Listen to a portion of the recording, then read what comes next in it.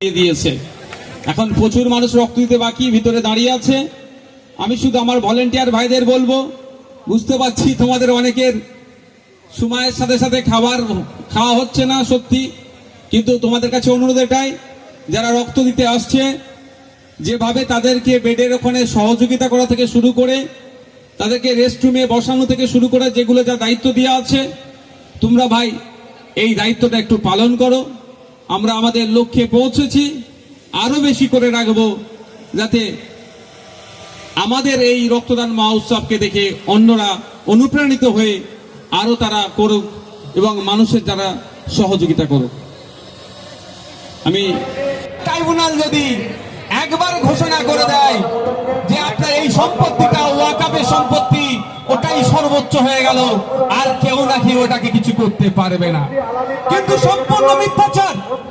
সংবিধানের 226 আর্টিকেল দ্বারাই আপনি যদি দেখেন, আর্টিকেল 226 এ বলা আছে যে ট্রাইব্যুনালে যদি আপনি ডিপ্রাইভড হন, ট্রাইব্যুনালে আমার এমএলএ ল্যাডের টাকাটা কোথায় কি কি কাজের জন্য বলেছিলাম, কি কি কাজ হয়েছে, আমি আমার নিজের টাকা থেকে ভাঙড়ের মানুষদেরকে শিক্ষা, স্বাস্থ্য, কর্মসংস্থানের জন্য কি কি সহযোগিতা করার জন্য দিয়েছি, সেটাও আমি টোটাল একটা লিফলেট আকারে করে আমি চেষ্টা করব ভাঙড়ের প্রতিটা বাড়িতে বাড়িতে পৌঁছে দেওয়ার জন্য।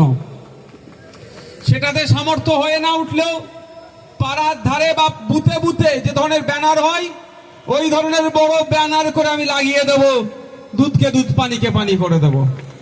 কিন্তু এতটুকুই শুধু একজন যারা বলছেন আমাকে আর পেরে উঠতে পারছে না, কি আমার নামে বলবে, এটাই তাদের শেষ অস্ত্র।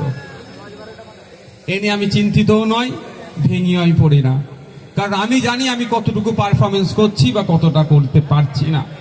আমি দায়িত্ব নিয়ে বলছি, যে আমার নামে সব থেকে বেশি আক্রমণ করে তাকে জিজ্ঞাসা করবেন বা তাকে একবার বলবেন যে পশ্চিমবাংলার বিধানসভাতে নওশাদ সিদ্দিকী যখন সাপ্লিমেন্টারি কোশ্চেন গুলো করে আপনাদের দলের মিনিস্টাররা কত উত্তর দেয় আর কত বলে পরে বলবো, এটা জিজ্ঞাসা করে নেবেন। আমি সেই প্রসঙ্গে যাচ্ছি না। আমি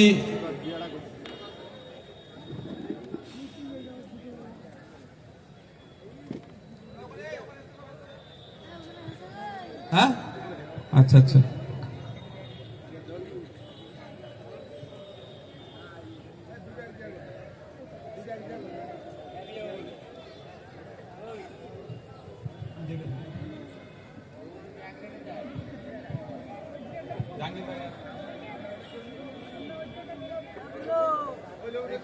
ভালো না, কার্পেট বিছাই কিছু না।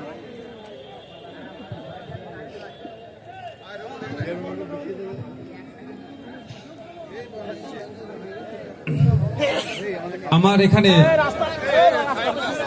তোমার ভোগালী 2 নম্বর না 1 নম্বর, ভোগালী 1 নম্বর অঞ্চল থেকে আমাদেরই পার্টির একজন দায়িত্বশীল দুটো জিনিস আজকে আমাকে উপহার দিচ্ছে।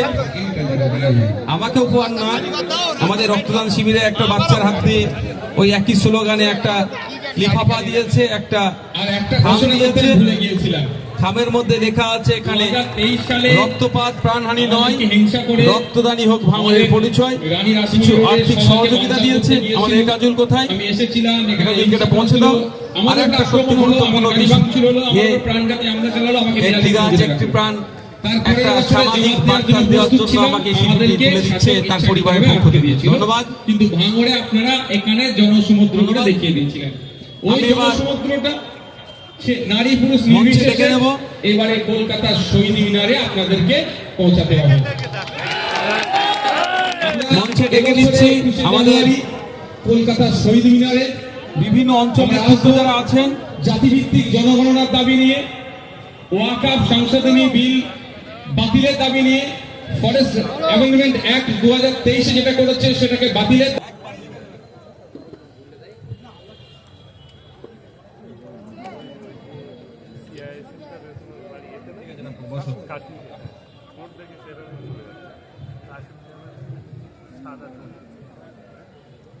ঐক্যবদ্ধভাবে 21শে জানুয়ারি কোথায় যাবে? এবার শহীদ মিনার ময়দানে হবে। আমাদের আপনার বিস্মিতা আপনাদের সামনে মূল্যবান বক্তব্য রাখবেন। আপনাকে শহীদ মিনারে যেতে হবে।